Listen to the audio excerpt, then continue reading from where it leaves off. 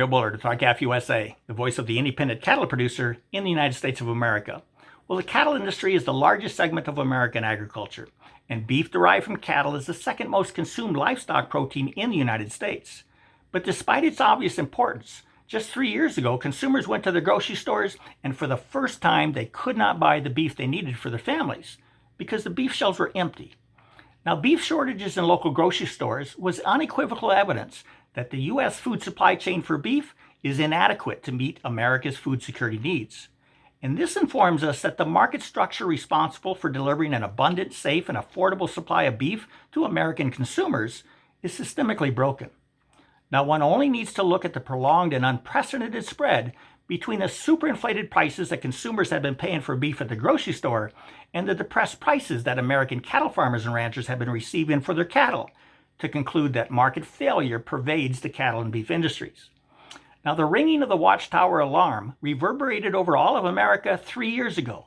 It informed decision makers that they must substantively reform the market structure for cattle and beef if America is to achieve an uninterrupted supply of affordable beef.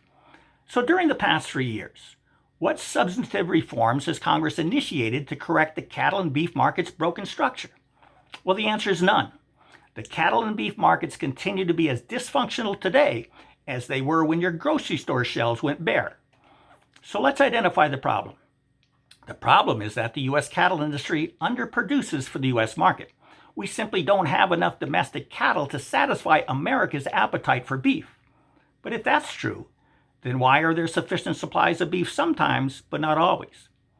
Well, about a decade ago, the U.S. Department of Agriculture reported that about 18% of the U.S. beef supply consists of imported beef and beef from imported cattle.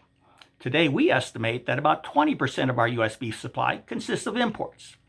What that means to food security is that the U.S. does not have enough cattle to achieve self-sufficiency in beef production. What it also means is that should another major geopolitical event occur, think Ukraine, or if another supply chain disrupting disease pandemic strikes, resulting in an inability to access foreign imports, then consumers could face up to a 20% shortfall in the volume of beef needed to keep grocery store shelves full. Empty beef shelves and skyrocketing prices for the beef that is available would be inevitable outcomes. So this begs the question, why doesn't the U.S. produce more beef to alleviate America's significant dependency on imported beef? Well, it's because the current market structure, which we now know is broken, was designed to maintain a significant dependency on foreign beef. And the designers of that broken market structure are none other than the multinational beef packers and their lobbying allies that fight fiercely to maintain America's dependency on foreign imports. Remember, those imports are cheaper and undifferentiated, meaning the import dependency that threatens food security also means higher profits for importers, as they can pass off imported beef to unsuspecting consumers as if it came from the cattle raised by America's cattle farmers and ranchers, even though it didn't. And what does this mean to U.S. citizens?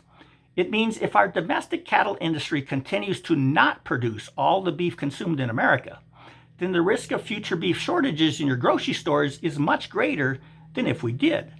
We only need to look back 3 years to know that it can and did happen then, and it can happen again. So what must be done? Well, Congress must act. It must make substantive reforms to the structure of the U.S. cattle and beef market.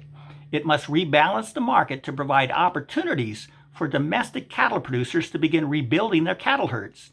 And it must empower consumers to begin supporting the domestic beef supply chain.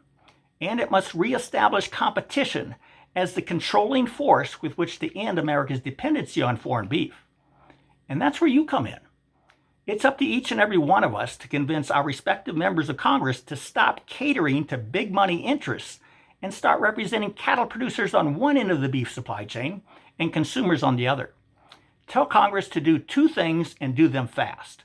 First, Congress must pass the American Beef Labeling Act so consumers can choose to support the domestic beef supply chain. Second, Congress must force the highly concentrated beef packers to begin competing for domestic cattle. These happen to be the top 2 items recommended by RCAF USA in its 2023 Farm Bill platform, which you can access at RCAF USA's website. With that, have a productive week. Thank you and goodbye.